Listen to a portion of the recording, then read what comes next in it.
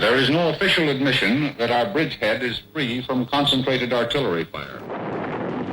But the general impression is that we are now in a position to start pouring the material ashore.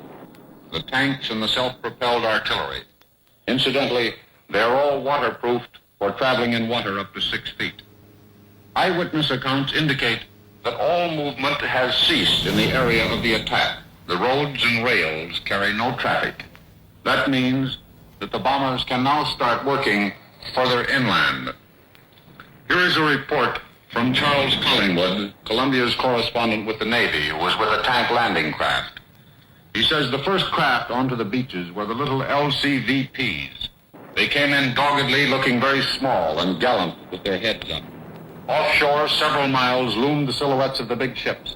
Between them and the beaches milled an assemblage of landing craft of all kinds, forming up, waiting to go in. A few thousand yards offshore, 2 patrol boats stood, a mile or so apart. They marked the starting line. They were just out of range of effective machine gun fire.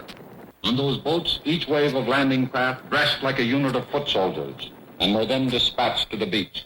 As each wave went in, a new group of landing craft advanced to the starting. Their turn came, they too went in. Some of the men moved off to find and fight the enemy, destroy his guns, push him back from the beach. Others stayed at the water's edge to signal in the landing craft. Supply. More and more men reached the beach.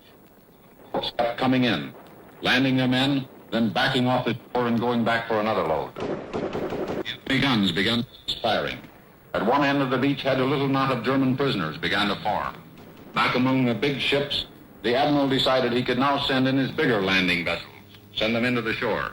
The LCIs and the LSTs sidled to the starting line and then headed for the beach.